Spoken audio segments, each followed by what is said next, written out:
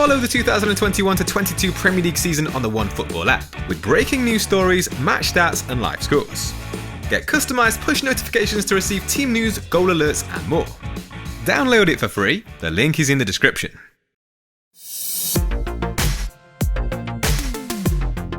Welcome back to the Watchlist, a weekly series where we take a look at 3 players who become future transfer targets after impressing over the weekend.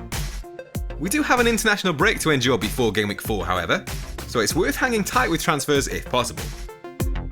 Calvert-Lewin and Raphinha have both featured in previous episodes, and are still very worthy of consideration, but we'll be focusing on 3 new targets today.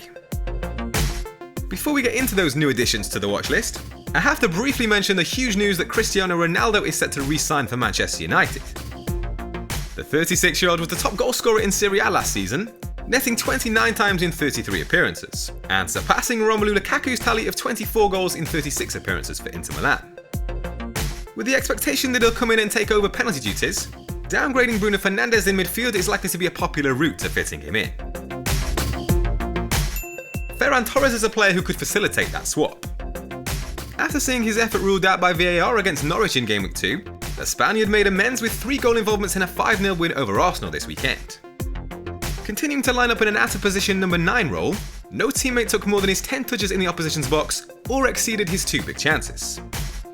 No FPL midfielder has had more than his 3 big chances throughout the season, and he ranks top amongst players in his position for expected goals, with 1.65. Pep Guardiola offered some high praise after this weekend's game, comparing Torres to Jamie Vardy with his movements in behind. With Man City now unlikely to sign a striker this summer, it certainly looks as though he'll get plenty more opportunities to lead the line. Though the upcoming fixtures could be better, with away ties against Leicester, Chelsea and Liverpool in the next 4 game weeks. Just 1 game week on from selling Diogo Jota, the out of position midfielder is immediately back on the radar. Roberto Firmino was named ahead of him in the starting 11 to face Chelsea, but had to be withdrawn before half-time with a suspected hamstring injury. We're still awaiting the results of the scam, but if the Brazilian were to be sidelined for a number of weeks, it would bring Jota right back into consideration for upcoming fixtures against Leeds, Crystal Palace and Brentford over the next 3 game weeks. The Portuguese international averaged a chance every 15.7 minutes against the Blues in Game Week 3, with no player from either side able to better his 3 shots inside the box. Throughout the season, Jota ranks top amongst teammates for big chances with 3, while his 0.49 non-penalty expected goals figure per 90 minutes can only be beaten by Firmino with 0.61.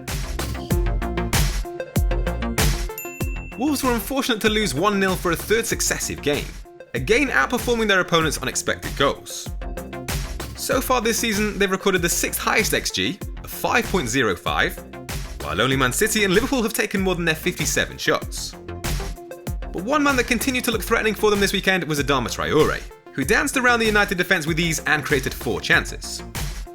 His 0.71 expected assist figure was comfortably the best of any player in that match, only ranking behind Grealish and Mahrez amongst all midfielders this game week. Throughout the season, Traore ranks joint top amongst players in his position for chances created, with 9, while only Mohamed Salah has fired more than his 12 shots. He only trails Ferran Torres for expected goals meanwhile, with a figure of 1.57 compared to the 1.65 managed by the Man City number 9. Ties with Watford, Brentford, Southampton and Newcastle in the next 4 game weeks can surely help to turn those impressive numbers into FPL returns.